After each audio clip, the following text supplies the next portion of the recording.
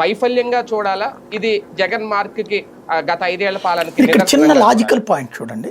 జగన్ అధికారంలో ఉన్నప్పుడు ప్రతిపక్ష పాత్రగా ప్రజలు ఎవరిని గుర్తించారు? చంద్రబాబు దగ్గరికి వెళ్ళి ఇచ్చారా? ఒక్కసారి గుర్తు తెచ్చుకోండి. పవన్ కళ్యాణ్కి ఇచ్చేవాళ్ళు, గుర్తుందా? పవన్ కళ్యాణ్ వెళ్ళి చోట ఇచ్చేవాళ్ళు. ప్రజావాణి పెట్టి, అందుకనే ప్రజావాణి జనవాణి పెట్టి పబ్లిక్ తీసుకున్నాడు తర్వాత పవన్ కళ్యాణ్. అంటే అప్పుడు ప్రతిపక్షంగా గుర్తించింది పవన్ని.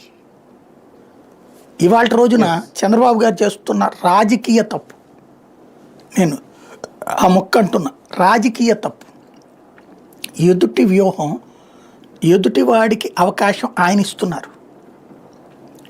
ఏంటంటే తెలుగుదేశం, జనసేన, బీజేపీ కూటమి ప్రభుత్వం, రెండో పక్కన సిపిఐ, సిపిఎం, కాంగ్రెస్లు కూడా ఆయనతోనే పనిచేస్తున్నాయి.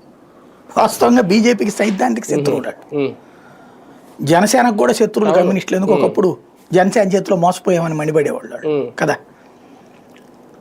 అలాంటి వాళ్ళు అందరూ కలికెళ్ళారు. ఇప్పుడు ఆ తర్వాతనే కదా విమర్శించింది. 2019లో వాళ్ళతో కలిసి పోటీ చేశారు పవన్ కళ్యాణ్. పోటీ చేసి ఆ తర్వాత వాళ్ళతో విభేదించి బీజేపీకి వచ్చేసారు. విభేదించడం కదా, ఆయన ఎప్పుడు విభేదం అనేది ఏమి ఉండదు. ఆయన నిర్ణయం అట్లా తీసేసుకుంటాడు అంతే.